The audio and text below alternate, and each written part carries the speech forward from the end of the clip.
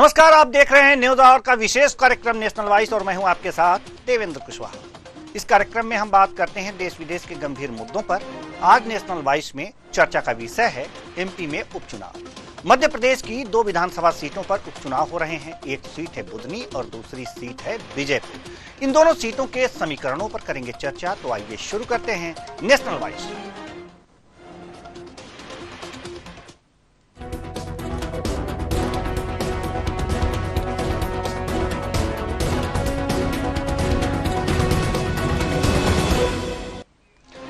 बुधनी विधानसभा seat MP के पूर्व CM Shivraj Singh Chauhan के त्यागपत्र देने के बाद खाली हुई है। शिवराज सिंह चौहान इस समय केंद्र में कृषि मंत्री हैं।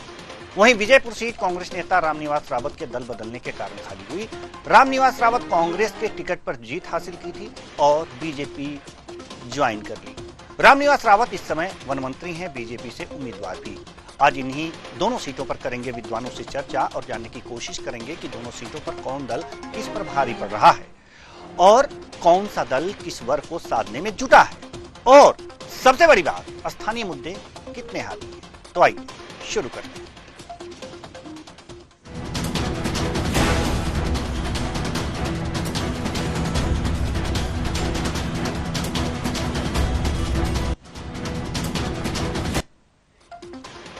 बुधनी विधानसभा में यह तीसरी बार उपचुनाव हो रहे हैं। इससे पहले भी 2 उपचुनाव हो चुके हैं और संयोग यह है कि तीनों उपचुनाव का कारण एमपी के पूर्व सीएम शिवराज सिंह चौहान ही हैं।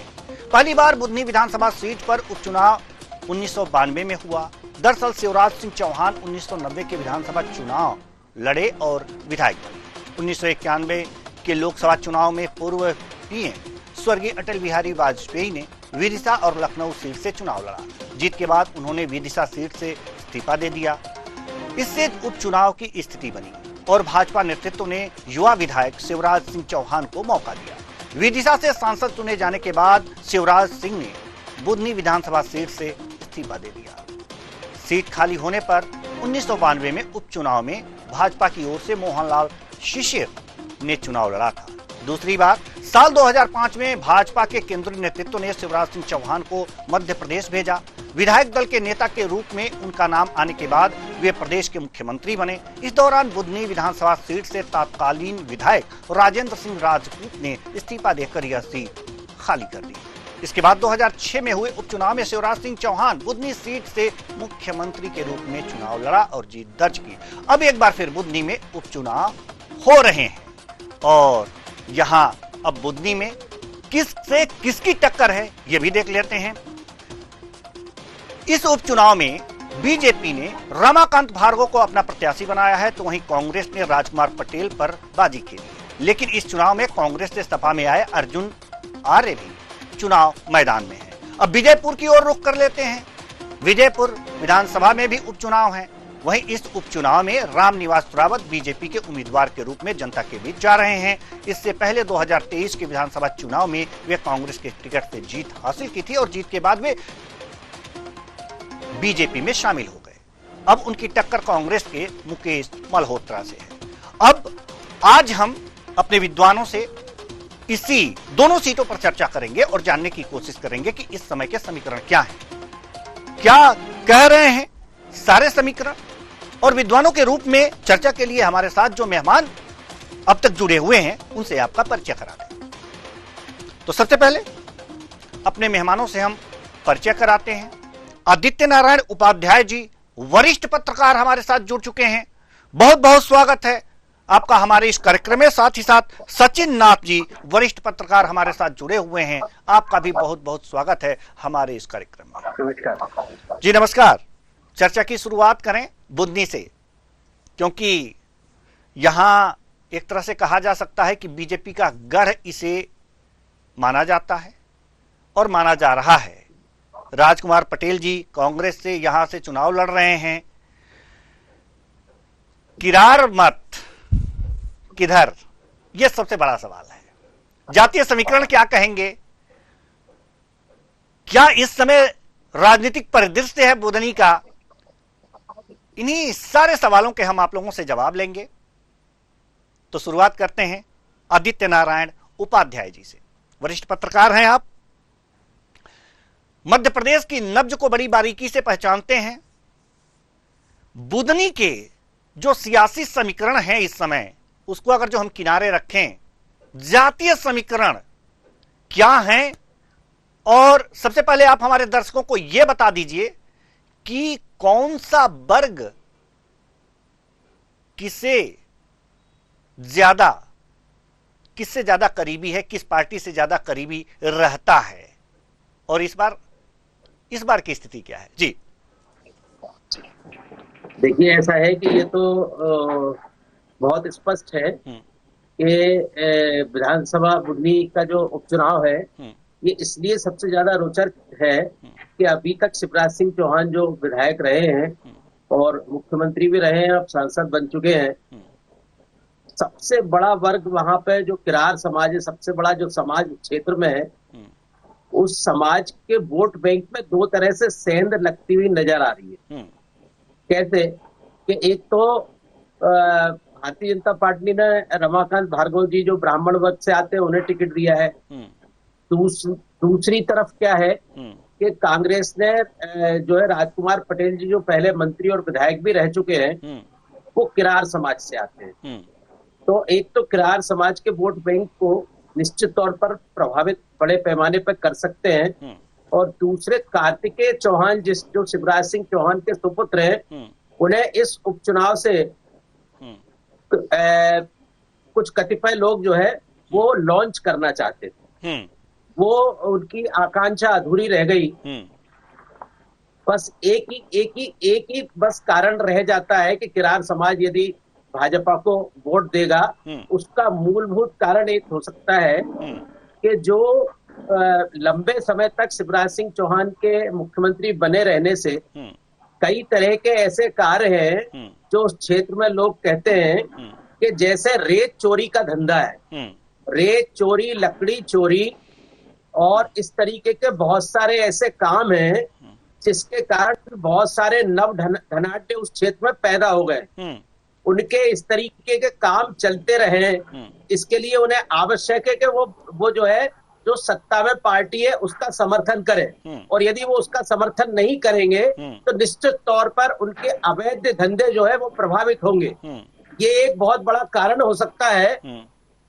वहीं दूसरी ओर बात यह है कि रमाकांत भार्गव जी जो भारतीय जनता पार्टी ने जिन्हें प्रत्याशी बनाया है, वो राजकुमार पटेल से नेता वाले गुणों में बहुत पीछे हैं। वो केवल शिवराज सिंह चौहान के साथी कहे जाते हैं और इसी तौर पर उस क्षेत्र में प्रसिद्ध हैं। वो स्वयं उनका राजनीतिक जो है कद जो है वो शिवराज सिंह के साथी बने रहने के कारण ही एकमात्र उसका एक कारण है, जबकि राजकुमार पटेल संघर्ष करके जमीनी नेता बने हैं, अपने संघर्ष से आगे बढ़े हैं।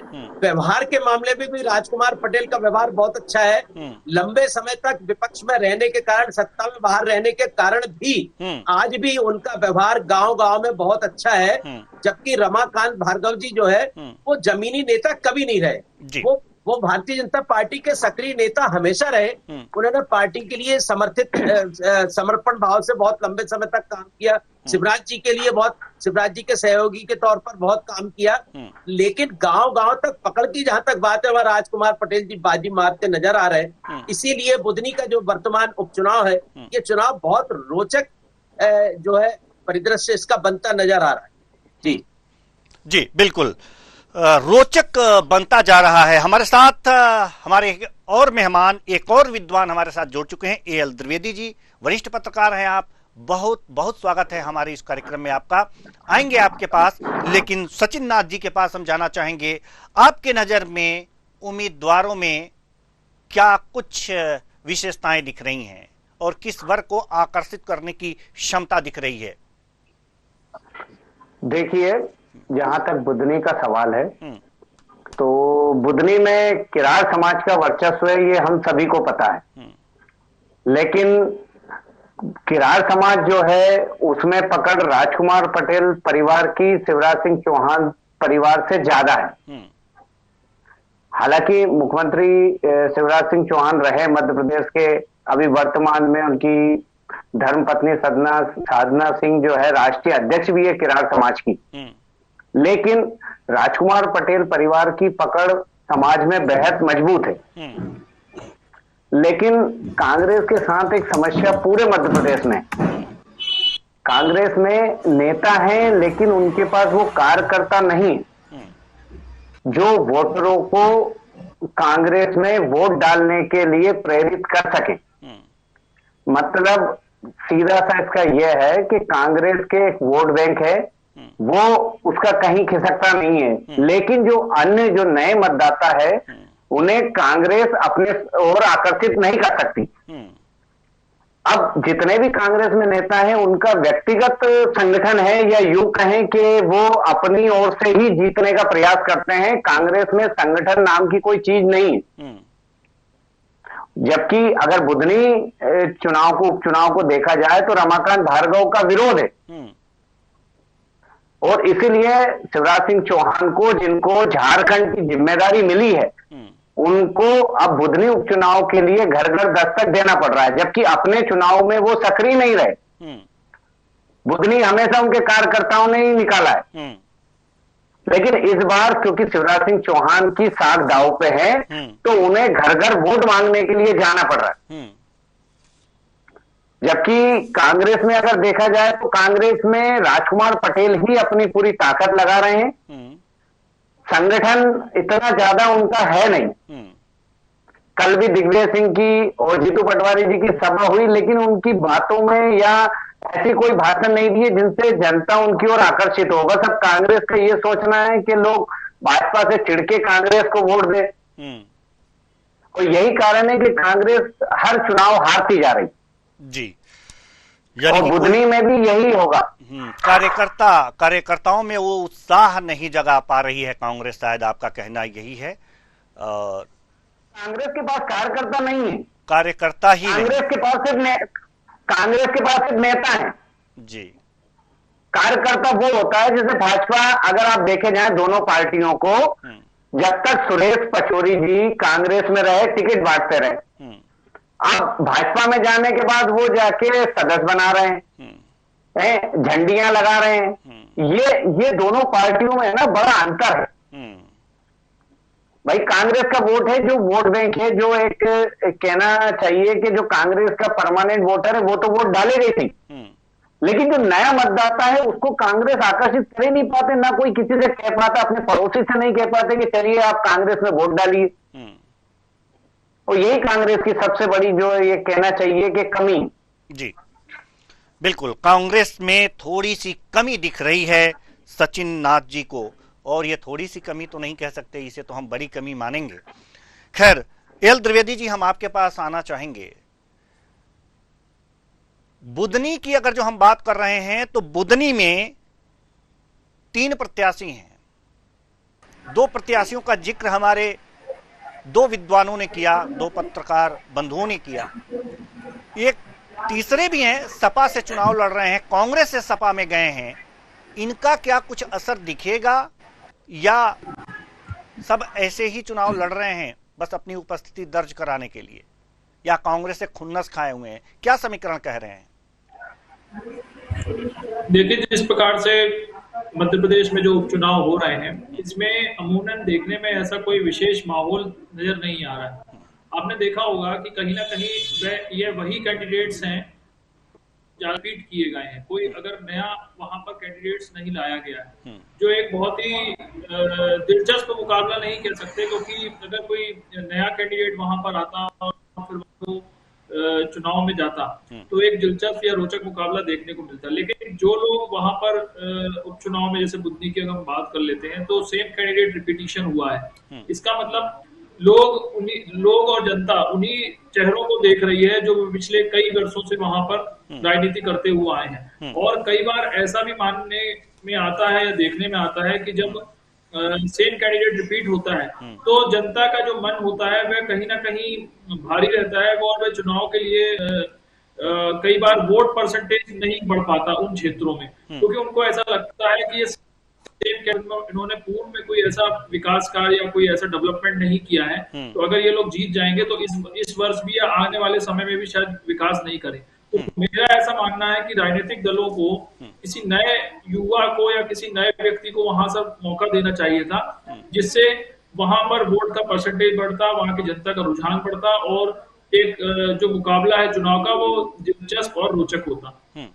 बिल्कुल, मुकाबला दिलचस्प और रोचक होता। खैर, हम पुनः लौटेंगे बुधनी की तरफ, लेकिन एक और विधानसभा सीट है विजयपुर की, वहां भी थोड़ी सी चर्चा पहले कर लें और इसके लिए पुनः हम आदित्य नारायण उपाध्याय जी के पास जाना चाहेंगे। आदित्य नारायण उपाध्याय जी, हम आपसे ये जानना चाहते हैं, विजयपुर में दो दिग्गज चुनाव लड़ रहे हैं, दो पार्टियां हैं एक तरह से कहा जा सकता है। मध्य प्रदेश में भी दो पार्टियां हैं जो चुनाव जिनमें टक्कर होती है, कांग्रेस और बीजेपी। लेकिन यहां एक तरह से देखा जाए भूतपूर्व कांग्रेस और कांग्रेस, इनके बीच चुनावी लड़ाई है। इस लड़ाई को देखते हुए आप अपने विचार जरा प्रकट कीजिएगा। बिल्कुल बिल्कुल, देखा जाए तो ये दोनों प्रत्याशी ऐसे हैं जो अपना अपना दल बदल चुके हैं। रामनिवास रावत जी जो वर्तमान में मध्य प्रदेश सरकार में वन मंत्री हैं जी, वो भारतीय राजनीति के बदलते हुए विद्रूप रूप का ज्वलंत प्रतीक है। जिस पार्टी ने उनको पहले भी मंत्री बनाया और जिस पार्टी से वर्षों तक वो जुड़े रहे, उसी पार्टी से सत्ता के मोह में उन्होंने उस पार्टी से इस्तीफा देकर के भारतीय जनता पार्टी में शामिल हो गए और दोबारा मंत्री बन गए। तो उस क्षेत्र की जनता ने इनको कांग्रेस पार्टी के तौर पर विधायक चुना था और उनके विधायक पद से उनके पाला बदलने की वजह से ही उस क्षेत्र को दोबारा से उपचुनाव का सामना करना पड़ रहा है। तो ये बात तो बिल्कुल निश्चित तय है कि रामनिवास रावत जी को जिस तरीके से पहले जो है कांग्रेस के प्रत्याशी के तौर पर बहुमत मिल गया था उस वोटिंग में और वो विधायक चुने गए थे, उस तरीके का तो निश्चित तौर पर अब वैसा समर्थन नहीं है।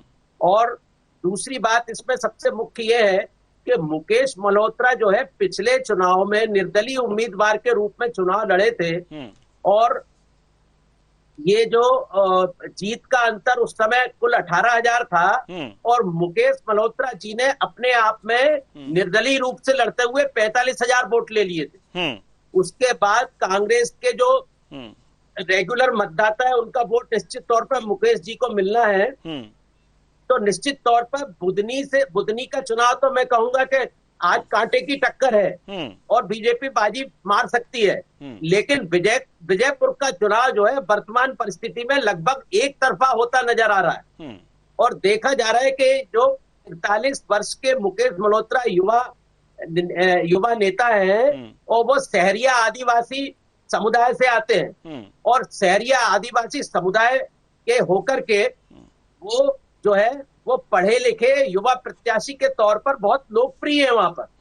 तो निश्चित तौर पर कांग्रेस ने उनको टिकट देकर के निश्चित तौर पर इस चुनाव को इतना बेहद रोचक बना दिया है कि निश्चित तौर पर ये पक्की बात है कि कांटे की टक्कर नहीं, बहुत कांटे की टक्कर है। और इस टक्कर में वर्तमान जो वहां पर स्थानीय स्तर पर चर्चा है वो अंदर खाने चर्चा ये है कि उस टक्कर में आज की तारीख में देखा जाए तो मुकेश मल्होत्रा जो है लोकप्रियता की बाजी तो मार चुके हैं जी, ये स्थिति है जी। तो ये स्थिति है विजयपुर की, यानी कि अगर जो एक तरह से देखा जाए तो विजयपुर की जो 2023 में विजयपुर का जो परिणाम रहा है वो आपके अनुसार हो सकता है कि बरकरार रहे और बुधनी का भी परिणाम बरकरार रहे आपके अनुसार जी आदित्य नारायण जी, अगर मैं गलत नहीं हूं तो।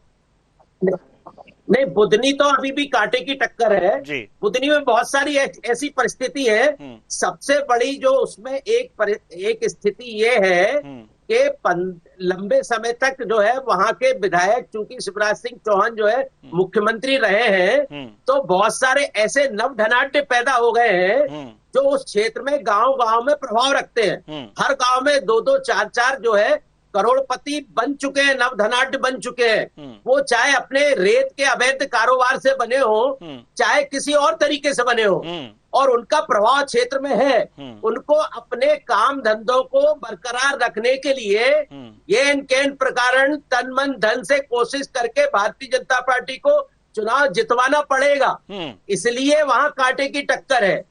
वहां के बारे में मैं बहुत श्योर नहीं कह सकता हूं, लेकिन विजयपुर के बारे में श्योर कह सकता हूं। जी, यानी कि विजयपुर के बारे में बिल्कुल श्योर है कि वहां स्थितियां उसी तरह से रहेंगी, लेकिन बुधनी के बारे में उतना श्योर नहीं है हमारे आदित्य नारायण जी। सचिन नाथ जी, आपका आकलन क्या कहता है? तौर पे सही है जी जी। कि भारतीय जनता पार्टी का जादू जो है एन चुनाव के एक दिन पहले सर चढ़ के बोलता है जी, और वो क्या स्ट्रेटेजी अपनाते हैं और कौन सा नया शिगुफा छोड़ देते हैं, इसका कोई भरोसा नहीं है। ये आज की तारीख का आकलन कहता हूँ। निश्चित तौर पर वो कोई ना कोई शिगुफा तो छोड़ा जाएगा। जी बिल्कुल बिल्कुल, शिगुफा तो छूटते ही रहते हैं और कोई ना कोई शिगुफा जरूर छोड़ा जाएगा। जी सचिन नाथ जी। देखिए, जहां तक उपचुनाव की बात है तो उपचुनाव में सरकार ही चुनाव जीतती है। और रही बात आकलन की, जब से हरियाणा चुनाव के परिणाम आए हैं ना, तो किसी भी चुनाव का आकलन करने के पहले 10 बार सोचना पड़ रहा है जी, क्योंकि उस चुनाव में सारे आकलन जो है गलत साबित हो गए। जी बिल्कुल। अब अगर मान लो विजयपुर की हम बात करते हैं उपचुनाव की, तो अगर आप देखेंगे तो जितनी भी ऐसी सीटें हैं जहां आदिवासी या एससी सीटें हैं, वहां पर जो नेता है उन्होंने दूसरे नेता बनने ही नहीं दिए। मतलब वहां पर एक ही नेता का छत्रप रहा है। चाहे अगर बीजेपी की बात करें तो बीजेपी में नेता रहे हैं, या कांग्रेस है तो कांग्रेस में रहे। वहां पर दूसरे नेता भी ऊपर आए ही नहीं जो उनको टक्कर दे सके। लेकिन विजयपुर में कांग्रेस पूरा जोर लगा रही है। मतलब जितना बुधनी में जोर नहीं है उतना कांग्रेस का जोर विजयपुर में। दूसरी बात, मुकेश मल्होत्रा ने जब वो निर्दलीय चुनाव लड़े थे तो 44,000 मत प्राप्त किए थे और वो तीसरे नंबर पर रहे थे। अब चूंकि कांग्रेस ने उन्हें अधिकृत जो प्रत्याशी बनाया है तो विजयपुर में भी टक्कर है। अब चूंकि सरकार पूरा संगठन भाजपा का लगा है, लेकिन वोट किसके पक्ष में जाते हैं ये तो मतदाता ही तय करेंगे। लेकिन अभी किसी के बारे में भी कोई आकलन करना जल्दबाजी होगी। जी बिल्कुल, आकलन करना जल्दबाजी होगी। हम किसी को जी बिल्कुल सही बात, किसी को भी एक तरफा जीत नहीं कह सकते जी,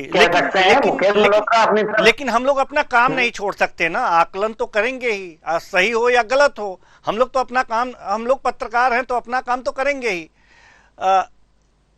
आकलन करें, भविष्यवक्ता ना बने। जी बिल्कुल बिल्कुल बिल्कुल सही बात आपने कही है। बिल्कुल सही बात आपने कही है, भविष्यवक्ता ना बने, आकलन जरूर करें। अगर मगर की स्थिति हमेशा बरकरार रहती है। आज के चुनाव में चाहे बुधनी हो चाहे विजयपुर हो, दोनों पार्टियों में टक्कर है। कोई भी जीत सकता है, क्योंकि बुधनी में जहां रमाकांत जी का भारी विरोध है तो शिवराज सिंह जी लगे हैं, तो वही विजयपुर में पूरी कांग्रेस अपनी पूरी ताकत से खड़ी है। साथ में आदिवासी वोटर मुकेश मल्होत्रा के पक्ष में हैं। आदिवासी वोटर्स मुकेश मल्होत्रा जी के पक्ष में हैं, अच्छी बात है। देखते हैं क्या होता है। लेकिन अब हम आएंगे एल द्विवेदी जी के पास। वरिष्ठ पत्रकार हैं आप, हमारे दो विद्वानों की बातें आपने सुनी हैं। संक्षेप में हम चाहेंगे कि आप जरूर ये बता दें कि विजयपुर के जातीय समीकरण क्या कहते हैं।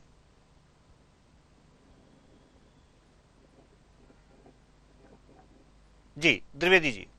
एक ऐसी सीट है और बहुत ही पिछड़ापन जहां पर देखने को मिलता है। मैं कहीं ना कहीं 2007 के आसपास इस क्षेत्र में गया था, काफी समय हो चुका है, लेकिन उस समय वहां पर एक स्मॉल ट्रेन जिसको गेज हम बोलते हैं, वह ट्रेन चलती थी और उससे ही वहां का महत्वपूर्ण परिवहन होता था। जैसे जो दैनिक वस्तुएं हैं, जैसे परिवहन होता था, चाहे उसमें सब्जी हो, दूध हो, किसान हो, वह उस ट्रेन से वहां पर परिवहन करते थे। तो मैंने ये देखा वहां पर कि इतना विकसित मध्य प्रदेश होने के बावजूद उस समय काफी परिवहन की चुनौतियां थी और वहां पर कोई भी ऐसी बड़ी रोजगार के साधन नहीं थे, कोई भी ऐसी बड़ी फैक्ट्री नहीं थी। वहां के युवा थे वे पढ़ करके पलायन करते थे और कहीं ना कहीं ग्वालियर में, भिंड में, मुरैना में, जो आसपास के क्षेत्र होते थे या दिल्ली, वहां पर वे लोग जाते थे, क्योंकि वहां पर कुछ भी इस प्रकार के सोर्स ऑफ इनकम वहां पर नहीं होते थे।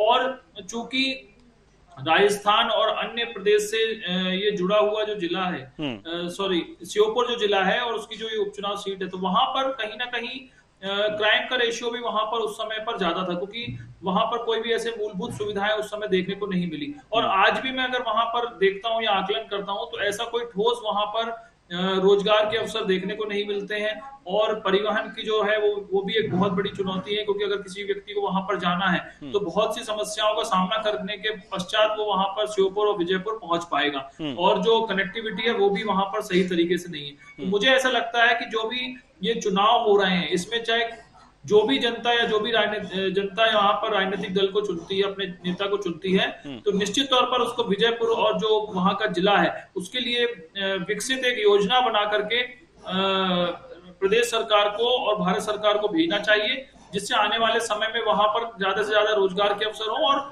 जो समस्याएं हैं वहां पर वो जल्द से जल्द वहां पर निराकरण हो। क्योंकि जिस प्रकार से वहां पर रामनिवास रावत वर्सेस मुकेश मल्होत्रा का एक रोचक मुकाबला देखने को मिलेगा और मतदाताओं की संख्या भी वहां पर अच्छी खासी है, तो निश्चित तौर पर वहां पर लोगों को ज्यादा से ज्यादा रोजगार मिलना चाहिए और वो जो सीट है वहां पर विकसित होने के लिए ज्यादा से ज्यादा वहां पर समाधान होना चाहिए। जी बिल्कुल। अब हम रुख करेंगे आदित्य नारायण उपाध्याय जी की तरफ। तमाम अब बुदनी की बात अब हम कर लें, बुदनी की समस्याओं के बारे में थोड़ी सी बात कर लें तो एक समस्या का तो जिक्र पहले ही हो गया है, जैसे आपने रेत खनन की बात की और सचिन नाथ जी ने भी कहा इस बारे में, तो ये समस्या तो है। लेकिन इसके सिवाय आदित्य नारायण उपाध्याय जी और क्या प्रमुख समस्याएं बुदनी की हैं और क्या वो चुनाव में हावी हो पाएगी या नहीं? देखिए, सही बात तो यह है कि जो बुदनी क्षेत्र है वो नर्मदा का क्षेत्र है और ये बहुत धार्मिक और शांतिपूर्ण क्षेत्र है पूरा। यहाँ पर कोई बहुत ज्यादा कोई बड़ा मुद्दा जो है सिर चढ़ के हावी होता नहीं है। और एक मुद्दा जरूर एक इसमें प्रमुख है जो पूरे प्रदेश में क्या या देखा जाए तो पूरे देश में ही है, बेरोजगारी का मुद्दा। दरअसल यहाँ पर बहुत बड़ी बड़ी 2 फैक्ट्रियां खोली गई थी इस क्षेत्र में और वो फैक्ट्रियां बहुत अच्छे तौर पर चल भी रही हैं। शिवराज जी द्वारा प्रयास करके उस क्षेत्र में रोजगार के साधन उपलब्ध कराने का की योजना थी इन फैक्ट्रियों के द्वारा। लेकिन बहुत सारे किसानों की जमीन जो है इन फैक्ट्रियों की वजह से जो है वो ली गई थी और ये वादा किया गया था कि हर जिन भी परिवारों की जमीन ली गई है उसमें से कम एक व्यक्ति को इस फैक्ट्री में रोजगार दिया जाएगा। लेकिन दोनों ही फैक्ट्रियों का कहा जाता है कि फैक्ट्रियों में जो है 90% वर्कर जो है वो जो है वो बाहर के हैं, उस क्षेत्र के नहीं लिए गए हैं। और यही एक बहुत बड़ी वजह है कि जो स्थानीय तौर पर जिन किसानों की जमीन ली गई थी और तो उनमें जो है और बेरोजगार लोगों में जो है वो निश्चित तौर पर थोड़ा सा असंतोष है। और दूसरी एक बड़ी चीज जो है स्वास्थ्य की है। शिवराज जी के प्रयास से इस क्षेत्र में बुदनी में जो है मेडिकल कॉलेज का प्रस्ताव पास किया गया है। जहां मेडिकल कॉलेज खोलना चाहते हैं वहां 20 साल तक मुख्यमंत्री रहने के बाद उस क्षेत्र में एमबीबीएस डॉक्टर तक नहीं मिलता है साहब। जहां एक एमबीबीएस डॉक्टर का अभाव है वहां पे मेडिकल कॉलेज खोलना शिगुफा नहीं है तो और क्या है। तो लोग जो है हर मरीज को भोपाल लेके दौड़ने का वहां पर जो है व्यवस्था है। कोई भी घर में बीमार होता है उठा के आनंद फानन में उसको भोपाल लेके आना पड़ता है। तो स्थितियां ही है। दूसरा एक मैं आपको एक बहुत विचित्र उदाहरण देता हूं कि जो है सलकनपुर से आंवली घाट जाते हैं तो रास्ते में एक ब्रिज पड़ता है। तो ये ऐसा लगता है कि पुल क्यों है, पुल के दोनों ओर तो कुछ भी नहीं है, ना तो कोई सड़क का पुल है ना कोई नदी पर पुल है, वो पुल है कैसा। बहुत पता करने के बाद पता चला कि यहाँ पर कभी रेलवे लाइन आने वाली है जो इंदौर तक जाएगी लेकिन रेलवे लाइन का कहीं कोई अता पता नहीं है, लेकिन पुल बन करके पूरी तरह तैयार है। और वो उस पुल को जो है, जो पिछले विधानसभा चुनाव के पहले बना के तैयार कर दिया गया था, ये दिखाने के लिए कि यहाँ पे रेलवे लाइन बस पुल आ गया और रेलवे लाइन बस आने वाली है, रेल भी आने वाली है। मतलब नदी आई नहीं है मगर पहले ही आ गया है। जी। तो इस तरीके के कुछ ऐसे जो ज्वलंत समस्याएं हैं, चुनाव के बहाने चलो वहां के लोगों की समस्याएं उठाने का मौका जो है नेताओं को भी मिल रहा है और हम आपको भी मिल रहा है। हमारा कर्तव्य होता है कि चुनाव चाहे कैसे भी हो, चाहे एक तरफा हो, चाहे कांटे की टक्कर हो, हमको कम से कम इस अवसर पर लोगों की जन समस्या उठाना हमारा फर्ज बनता है। जी। जन समस्या उठाना तो हमारा फर्ज बनता है। हम लोग तो लगातार जन समस्याएं उठाते ही रहते हैं, उस पर चर्चा भी करते हैं, रास्ते भी निकालते हैं और सरकार को बताते भी हैं कि आप अगर जो ऐसे करें तो अच्छी तरह से इस समस्या से समाधान हो सकता है। मानना ना मानना ये उनका काम है। सचिन नाथ जी, हम आपके पास आना चाहेंगे। जो समस्याएं आदित्य नारायण उपाध्याय जी ने बताई हैं, ये समस्याएं, देखिए समस्याएं होना और उसका चुनावी रणनीति में शामिल हो जाना, ये दोनों अलग अलग बातें हैं। तो बुधनी के परिप्रेक्ष्य में आपको क्या लगता है कि ये जो समस्याएं हैं ये जनमानस में है, ये चुनाव पे प्रभाव डाल पाएंगी या नहीं डाल पाएंगी? देखिए, समस्याएं तो सभी जगह है, समस्या कहाँ नहीं है। चाहे रोजगार की बात कर ले, शिक्षा की बात कर ले, स्वास्थ्य की बात कर ले। मैं तो राजधानी कहता हूँ, राजधानी में तक शिक्षा और स्वास्थ्य की समस्या है, तो फिर तो बुधनी तो ग्रामीण क्षेत्र है। लेकिन क्या होता है, चुनाव में नेता आते हैं, जनता को सपने दिखाते हैं और सपने बेच के चले जाते हैं। जनता को कोई फर्क नहीं पड़ता, जनता परेशान है, किसान परेशान है, भी खाद के लिए परेशान है। लेकिन जब वो वोट डालता है ना, वो पता नहीं क्या हो जाता, उन परेशानियों को हम जरूर डिस्कस कर लेते हैं। साहब, वो रोजगार नहीं है, खाद नहीं मिल रही है, स्वास्थ्य नहीं है, शिक्षा नहीं है। लेकिन वो जब वोट डालता है ना, इन चीजों को कोई मतलब रखता ही नहीं। मैंने अधिकतर कई चुनावों में देखा कि लोग परेशान होते हैं, जिसके बाद भी उनका मतलब नहीं, क्योंकि नेता उनके पास इतने सपने भेज जाते हैं कि वो उसी में लगे रहते हैं। पुराने सपनों की बात ही नहीं करते, पुरानी घोषणा की बात नहीं करते, नई घोषणाएं कर देते हैं। फिर अब ये नई चीज आ गई, फ्री की रेवड़ियां। अब आप बताइए, जिस महिला के घर में अगर एक परिवार में 5 महिलाएं 1250 रुपए हर महीने जा रहे हैं, वो क्यों वोट नहीं देगी? चाहे उसके लिए उसको बिजली का बिल ज्यादा देना पड़ रहा हो, पेट्रोल डीजल में देना पड़ रहा हो, टैक्स देना पड़ रहा हो, हर तरीके देना पड़ता है, लेकिन उसको वो मिल रहा है। तो ये जो फ्री की रेवड़ियां है ना, ये सब पानी फेर देती है इन मुद्दों पर। लोग परेशान होते हैं, फिर कुछ दिनों बाद भूल जाते हैं। बिल्कुल बिल्कुल सही बात है। रही बात जी, आप कुछ कह रहे थे, पूरी कीजिए। ये इसी के लिए कह रहा था कि चुनाव जो है, वैसे देखिए 99% कोई भी उपचुनाव हो, सत्तारूढ़ दल ही जीतता है। बाकी कुछ ऐसे कोई बाहर बहुत ज्यादा विरोध हो, है ना, किसी समस्या बहुत बड़ी विकराल हो, तो करते हैं। अब आप जिनसे उम्मीद कर रहे हैं कि जो जीत जाएंगे, वो 18 सालों तक घर में बैठे रहे, उन्होंने कोई जन समस्या उठाई नहीं, कोई विरोध नहीं करा। अब चुनाव आया तो घर घर जा रहे हैं। जब चुनाव नहीं थे, वो बाहर ही नहीं निकले, तो लोग कैसे उनका समर्थन करेंगे? जी बिल्कुल, ये भी सही बात। विरोध होने के बाद भी लोग उन्हीं को वोट देंगे। बिल्कुल सही बात आपने कही है। वियल द्विवेदी जी, हम आपके पास आना चाहेंगे।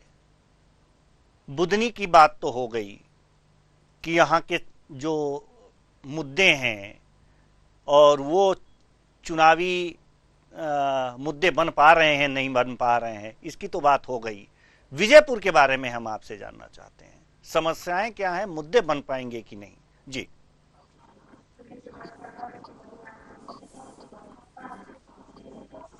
जी द्विवेदी जी। जी द्विवेदी जी, आप तक मेरी आवाज जा रही है? जी जी जी जी। हमने आपसे एक सवाल किया है कि विजयपुर, अभी तो बुधनी की बात हो गई कि क्या मुद्दे हैं, वो चुनावी मुद्दे बन क्यों नहीं पाते हैं, उसका कारण भी बहुत सटीक हमारे विद्वानों ने दिया है। अब आपसे हम चाहते हैं कि विजयपुर के बारे में बता दें कि उनके जो मुद्दे हैं, जो वास्तविक स्थानीय समस्याएं हैं, क्या हैं और वो मुद्दे बन पाएंगे या नहीं बन पाएंगे? निश्चित तौर पे मैंने बताया आपको जैसे पूर्व में भी कि वहां पर सबसे बड़ी एक जो बेसिक समस्या है वो है परिवहन की जी। और दूसरी समस्या है पर रोजगार की, क्योंकि वहां पर रोजगार के कोई ऐसे अवसर नहीं है और वहां के स्थानीय लोगों को दूसरे जिलों में दूसरे प्रदेशों में जा पलायन करके अपना जीवन यापन करना पड़ता है, क्योंकि वहां पर स्थिति इतनी गंभीर है कि लोगों को दिल्ली जाना पड़ता है, ग्वालियर जाना पड़ता है और वहां पर स्थानीय कोई भी ऐसी फैक्ट्री या वहां पर रोजगार नहीं है। और दूसरा जो मैं एक और जो आपको बताया वो है परिवहन की समस्या, क्योंकि डायरेक्ट जब आप जाते हैं तो आपको कोई भी ऐसा साधन या कोई भी ऐसा परिवहन की व्यवस्था वहां पर नहीं मिलेगी कि आप जल्द से जल्द वहां पर पहुंच जाएं। और स्वास्थ्य की सेवाएं भी वहां पर बहुत ही कम है, जिसको जो है एक बहुत गंभीर समस्या वहां पर बन जाती है। पर्यटन की दृष्टि से अगर देखा जाए तो बहुत अच्छा वहां पर विकास हो रहा है आने वाले कुछ समय में। पूर्व में हमने देखा कि पर्यटन की दृष्टि से वहां पर जैसे कूनो नेशनल पार्क का जो एक वहां पर कायाकल्प हुआ है पिछले कई वर्षों तक वहां पर कुछ भी नहीं था, लेकिन अभी कुछ कायाकल्प वहां पर हुआ है तो वहां दिखने में मिल रहा है। लेकिन अगर उसको अच्छी तरीके से वहां पर डेवलप किया जाए तो आने वाले समय में पर्यटन की वहां पे संभावनाएं उस जिले में देखने को मिल सकती हैं। तो ये जो मुद्दे हैं ये वहां के बेसिक मुद्दे हैं जो विजयपुर जो आपने बोला विधानसभा के सबसे जी प्रमुख मुद्दे हैं। लेकिन देखिए परिवहन रोजगार तो हर जगह का मुद्दा है, लेकिन अगर जो ये देखा जाए कि परिवहन की आपने बात की है, पलायन की बात जो की है, ये वहां पर अन्य थोड़ा सा डिफरेंट है। वहां पर परिवहन की व्यवस्था नहीं है ये, और भाई रोजगार नहीं मिल रहा है तो पलायन होगा ही होगा। तो यहां पर पलायन की जो समस्याएं हैं, अच्छा ये थोड़े से डिफरेंट हैं, अलग थोड़े से हैं, बहुत ज्यादा नहीं, लेकिन क्या ये चुनावी मुद्दे बन रहे हैं, नहीं बन पा रहे हैं? नहीं, ये बनना चाहिए निश्चित तौर पर। और देवेंद्र जी मैं आपको बताऊंगा जैसे परिवहन का मुद्दा मैं इसलिए आपको बार बार कह रहा हूँ और पलायन का मुद्दा इसलिए मैं बार बार कह रहा हूँ कि मध्य प्रदेश के जितने भी जिले हैं उन जिलों में फिर भी वहां पर जाने की कनेक्टिविटी होती है। पास का एक स्टेशन होता है, वहां पर आप उतर के और वहां से कोई और लोकल टैक्सी करके बस करके आप वहां पर पहुंच सकते हैं। लेकिन मुझे ऐसा लगता है, मुझे जहां तक नॉलेज है कि अगर विजयपुर या श्योपुर में आपको जाना है तो दिन भर में आपको शायद एक बस मिलेगी, आपको उसी से जाना है और वापसी भी फिर उसी से आना है। तो कोई ऐसा अलग से आपके पास कोई साधन ही नहीं है वहां पर ना जाने का ना आने का। या तो आपके पास स्वयं का कुछ वाहन, समझिए कि वहां पर जब परिवहन की कोई भी किसी को अर्जेंट आवश्यकता हो तो आपको वहां पर सुविधाएं नहीं मिल पाएंगी। ट्रेन आज तक वहां पर नहीं पहुंच पाई। जब मैंने आपको बताया पूर्व में जब मैं करीबन 2007 की बात बता रहा हूँ, जब मैं वहां गया था तो वहां नैरो गेज ट्रेन चलती थी और आप अंदाजा नहीं लगा कि उस जो विजयपुर और ये श्योपुर जो एक ट्रेन जाती थी ग्वालियर से जिसको नैरो गेज ट्रेन कहते थे, आप अंदाजा नहीं लगा सकते एक डिब्बे में इतने व्यक्ति चढ़ते थे, इतनी पब्लिक चढ़ती थी कि आदमी गेटों पे लटक कर उस ट्रेन से जाता था। मैंने ये तक वहां पर देखा है उस ट्रेन में। तो आप समझिए वहां से लेके 2007 से लेके 2024 तक, अभी 2024 चल रहा है, किसी भी प्रकार का वहां पर परिवहन का साधन नहीं ढूंढा गया है, बल्कि ये सबसे इंपॉर्टेंट वहां पर एक बेसिक नीड थी। और जब परिवहन का साधन नहीं हुआ तो लोग, वहां के युवाओं ने, वहां के जो लोग थे उन्होंने वहां से पलायन करना चालू कर दिया, क्योंकि किसी प्रकार का कोई खेती तो वहां होती नहीं है, कोई ऐसी माइंस नहीं है, कोई ऐसा वहां पर उपजाऊ जमीन नहीं है कि वहां पर आदमी अपनी किसानी करके जीवन यापन कर ले। तो मजबूरन में उन लोगों को फिर वहां से पलायन होकर के ग्वालियर जाना पड़ता है, दतिया जाना पड़ता है, दिल्ली जाना पड़ता है, अन्य प्रदेशों में जाना पड़ता है रोजगार के लिए, क्योंकि किसी प्रकार का वहां पर रोजगार वहां पर उपलब्ध नहीं है। चलिए, अब चूंकि समय नहीं है, नहीं तो इस चर्चा को हम और आगे बढ़ाते। आप सभी विद्वान आए, अपने विचार दिए, बहुत बहुत धन्यवाद। बहुत बहुत धन्यवाद सभी विद्वानों का, आप आए और इतने अच्छी जानकारी और विचार देने के लिए। तो उपचुनाव का महासंग्राम है, विजयपुर और बुधनी में उपचुनाव चल रहे हैं और प्रचार जोर शोरों पे है। मुद्दे हैं, मुद्दे होने और उसे चुनावी मुद्दा बनने में अंतर होता है। जो समस्याएं हैं वो चुनावी मुद्दा बन पाते हैं या नहीं, ये देखने वाली बात है। सवाल यहां पर यह है कि राजनीतिक पार्टियां वो नब्ज जरूर टटोलती हैं जो लोगों के दिल पे जाके असर करे, और वही टटोलने का प्रयास जारी है। लगातार प्रचार हो रहे हैं, समीकरण बन रहे हैं, बिगड़ रहे हैं, लेकिन इस समय तक के जो समीकरण थे हमने आपको बताया। बाकी जनता के ऊपर है कि किसकी बात उन्हें समझ में आती है, किस दल की बात उन्हें समझ में नहीं आती है। जो बात उनके समझ में आएगी उनके अनुसार वो अपना विचार बनाएंगे और मतदान स्थल पर जाकर के मतदान करेंगे। और देखते हैं कि विजयपुर में किसकी विजय होती है और बुदनी में किसकी जीत होती है। फिलहाल इस कार्यक्रम में इतना ही। मुझे दीजिए इजाजत।